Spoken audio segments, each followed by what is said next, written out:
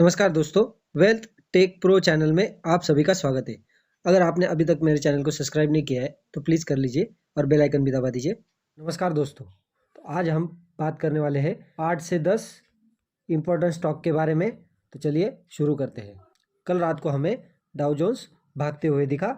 लगभग 550 पॉइंट की 500 सवा 500 पॉइंट की तेज़ी हमें देखने को मिली। वही निफ्टी में हमने अज्यूम किया था पब ओपनिंग होगी, लेकिन वैसा नहीं हो पाया और बंद होते होते 50 पॉइंट की लगभग गिरावट देखने को मिली।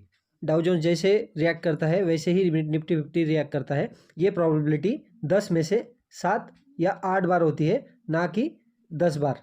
और ये कोई फार्मूला नहीं होता है कि अमेरिकन बाज़ार अगर भागेगा तो इंडियन बाज़ार भी भागेगा, अगर अमेरिकन बाज़ार गिरेगा तो इंडियन बाज़ार भी गिरेगा। अगर हम बात करें निफ्टी 50 के सपोर्टर्स की, तो HDFC बैंक में भी आज हमें 0.50% की गिरावट देखने को मिली। लगभग 10 पॉइंट की गिरावट थी। और दूसरा स्टॉक रिलायंस में भी हमें 1% की लगभग गिरावट देखने को मिली। और अगर ये दोनों स्टॉक अगर ठीक कर लेते हैं तो यूजुअली हमारा निफ्टी भी अच्छा परफॉर्मेंस दे देता है। अमेरिका बाजार की बात करें तो FOMC की बैठक की वजह से इसमें भी हमारा सबका ध्यान है, क्योंकि आने वाले 1-2 दिन में FOMC की बैठक है। अगर नेक्स्ट बात करें तो CE info system limited, map my India के नाम से ये जानी जाती है कंपनी। बहुत ही उम्दा कंपनी है ये। अगर कोई चाहे तो इस कंपनी को डिटेल में स्टडी कर सकता है। बहुत ही कमाल का बिजनेस मॉडल देखने को मिल जाता है इस कंपनी का। ये कंपनी बाज़ार में नई नई लिस्ट हुई है। कंपनी के नंबर्स की बात करें तो ओवरऑल नंबर्स ठीक ठाक ही रहे हैं, लेकिन एज अ इन्वेस्टर हम लोग लॉन्ग टर्म के लिए कंपनी को रिकन्सिडर करते हैं या स्टडी करते हैं, ना कि शॉर्ट टर्म के लिए। एक क्वार्टर के ऊपर हम लोग कंपनी को सही या गलत नहीं ठहरा सकते, या ख़राब या अच्छा कंपनी नहीं ठहरा सकते हैं। कंपनी को लॉन्ग टर्म में हम लोग स्टडी करते हैं। कंपनी का अगर एवरेज परफॉर्मेंस देखेंगे तो अच्छा परफॉर्मेंस देती है कंपनी। बाज़ार में अभी भी लिस्ट हुई है। और बाकी देखा जाए तो कंपनी दूसरी कंपनीज़ को भी एक्वायर करते हुए दिख रही है। जैसे लास्ट टाइम इन्होंने ड्रोन्स के रिलेटेड कंपनी को एक्वायर किया था। इस कंपनी के नंबर्स बाज़ार को कैसे लगे तो ये तो हमें कल बाज़ार में पता लग ही जाएगा। तो चलिए नेक्स्ट बात करते हैं। यशो इंडस्ट्रीज लिमिटेड एक छोटी माइक्रो कैप कंपनी है, माइक्रो कैप लिमिटेड कंपनी है। बहुत ही रिस्की कंपनी है। और आज भी हमें कंपनी में 3.5 से 4.25% की गिरावट देखने को मिली है। और बिगिनर्स ने ऐसी कंपनी से बहुत ही दूर रहना चाहिए, क्योंकि इन कंपनीज में जो गिरावट आती है वो कम से कम 40-50% की गिरावटें आती है। और नंबर्स की बात करें कंपनी के तो क्वार्टरली भी डाउनफॉल देखने को मिला है और ईयरली भी डाउनफॉल देखने को मिला है। और उसके बाद आज नंबर्स देखेंगे तो स्टॉक ने 4.25% की गिरावट देखने को मिली है। TVS मोटर की बात करें तो इन्होंने भी अपने नंबर कल दिखाए थे और हमने भी हमारे चैनल पर TVS मोटर्स के नंबर्स को कवर किया था। आपको कल का एग्जाम्पल याद ही होगा कि कोई बैट्समैन ने अगर 100 रन बनाए हैं तो उसको डायरेक्ट डबल बनाने में, 200 रन बनाने में कितना मुश्किल होता है। तो ऐसा ही है इन कंपनीज का कि अपने ही रिकॉर्ड ये तोड़ नहीं सकते हैं, ये वहाँ पे जाके बैठे हैं। और हम अगर नंबर ही कंपेयर करते रहेंगे तो कभी ना कभी तो नंबर्स इतने बन जाएंगे कि उसको बीट करना ही मुश्किल हो जाएगा। अगर कंपनी के इलेक्ट्रिक व्हीकल की बात करें तो कंपनी ने उसमें भी अच्छा प्रोग्रेस दिखाया है। तो इसी वजह से हम लोग इसको लॉन्ग टर्म में स्टडी करते हैं। नेक्स्ट अगर बात करें तो वैभव ग्लोबल लिमिटेड, तो ये नंबर्स हमें कल रात को देर रात देखने को मिले। लगभग 6 या 7 मिनट ही बचे थे 12 बजने में, तब इनके नंबर देखने को मिले। और नंबर्स आने के बाद स्टॉक आज लगभग 3% भागा है। अगर कंपनी की बात करें तो इसमें ज़्यादातर बड़े इन्वेस्टर इसमें इन्वेस्ट करते हैं। और वही देख के स्टार्टिंग मतलब जो नए मार्केट में आए हैं, जो नए लोग हैं, वो भी इसमें इन्वेस्ट कर लेते हैं। ये बहुत ही रिस्क स्टॉक है। जब भागता है तो बहुत भागेगा और गिरेगा तो 40-50% गिरेगा या 30-35% गिरेगा। ये कोई प्रोबेबिलिटी नहीं होती कि ये कंफर्म नहीं होता है कि गिरेगा या भागेगा, लेकिन शेयर मार्केट है, ये चलता है। दोस्तों एक और बात है, ऐसी कंपनीज में हर किसी की रिस्क टेकिंग एबिलिटी कम से कम होती है या अलग अलग होती है। तो किसी को 100 रुपये का नुकसान होगा एक स्टॉक के पीछे तो वो उसको कोई फ़र्क नहीं पड़ता है, और किसी को 10 रुपये का नुकसान होता है तो वो भी 10 बार सोचता है। दोस्तों एक बात पक्की ध्यान में रखना कि अगर कोई बड़ा इन्वेस्टर या दूसरा कोई आदमी अगर किसी स्टॉक में एंट्री कर रहा है या स्टडी कर रहा है तो आपको उस स्टॉक में नहीं जाना है, क्योंकि वो उसका रिस्क टेकिंग एबिलिटी अच्छा होगा या अलग होगा, आपका उतना नहीं होगा और स्टॉक गिर गया तो आपको नुकसान हो सकता है।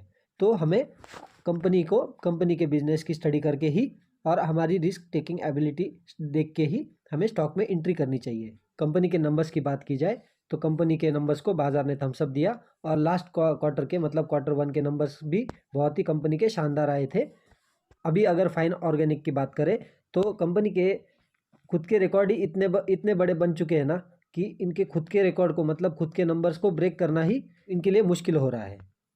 और उसी के चलते फाइन ऑर्गेनिक में आज 3-3.25% की गिरावट हमें देखने को मिली।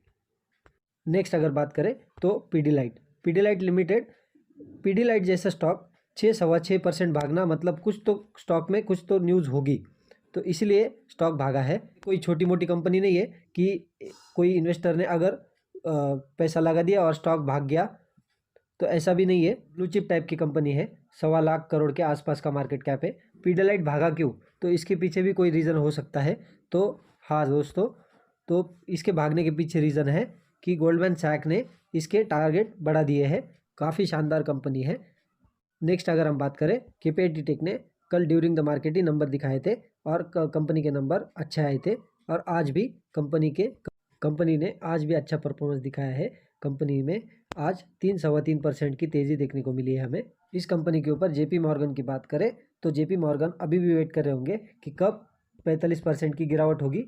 और जेपी मॉर्गन ने जो भी कहा था कि स्टॉक आधा हो जाएगा और ये बाज़ार को अच्छा नहीं लगा है, लेकिन उसके बाद तो स्टॉक में कोई गिरावट देखने को हमें नहीं मिली। नेक्स्ट अगर हम बात करें तो CDSL एवरग्रीन स्टॉक है। ये स्टॉक बाज़ार के रिलेटेड है और जैसे जैसे बाज़ार ऊपर जाएगा और इसकी परफॉर्मेंस भी हमें अच्छे से देखने को मिलेगी।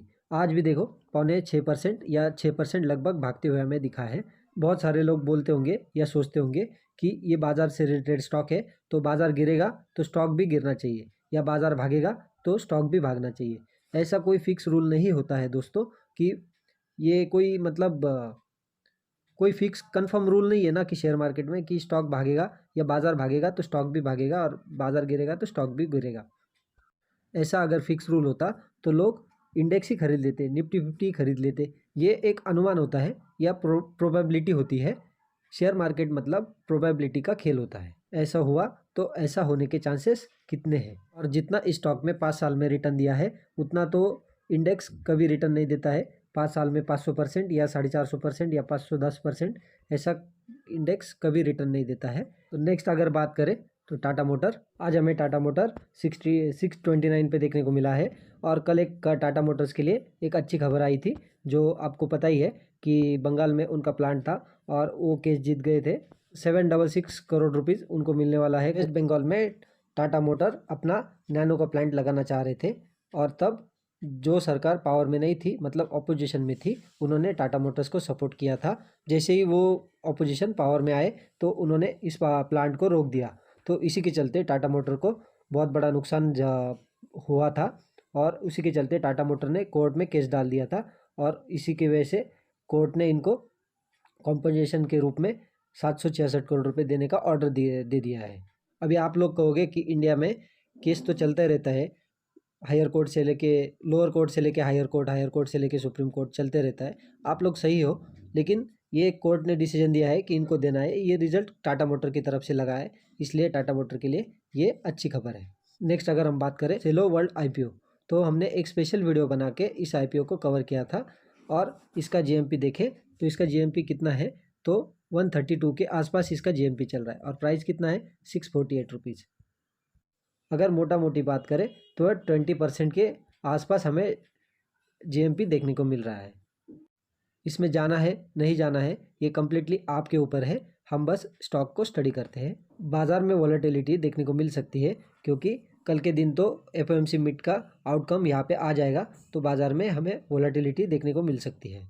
अगर मामा अर्थ की बात करें तो यहाँ पे तो कोई GMP नज़र नहीं आता है, शायद 7 रुपये का GMP है, ये कोई GMP नहीं होता है।